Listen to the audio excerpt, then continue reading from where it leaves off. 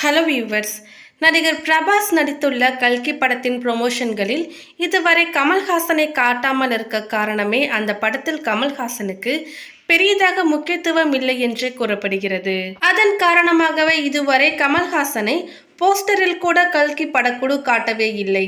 Knock Ashwin இயக்கத்தில் பிரபாஸ், அமிதாப் பச்சன், தீபிகா படுகோன், திஷா பட்னானி மற்றும் பசுபதி நடிப்பில் உருவாகியுள்ள கல்கி படத்திற்கு சந்தோஷ் நாராயணன் இசையமைத்து உள்ளார்.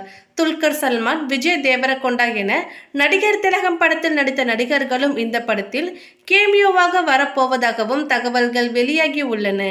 ஏற்கனவே அந்த படத்தில் ஹீரோயினாக நடித்த கீர்த்தி சுரேஷுக்கு புஜ்ஜி காருக்கு குரல் கொடுக்கும் வேலையை நாக் அஸ்வின் கொடுத்துள்ளது குறிப்பிடத்தக்கது. கமல்ஹாசன் தான் இந்த படத்தில் வில்லன் என கூறப்பட்டது.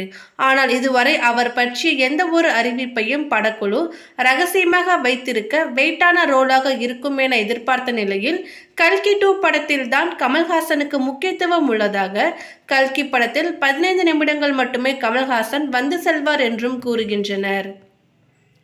இந்த மாதம் 27ஆம் தேதி கல்கி படம் வெளியாக உள்ள நிலையில் கடைசியாக இன்றுதான் கல்கி படத்துக்கான டப்பிங்கை கமல்ஹாசன் செய்வதற்கு வந்துள்ளதாக தற்பொழுது அறிவிப்பு ஒன்றும் வெளியாகி வந்திருக்கிறது.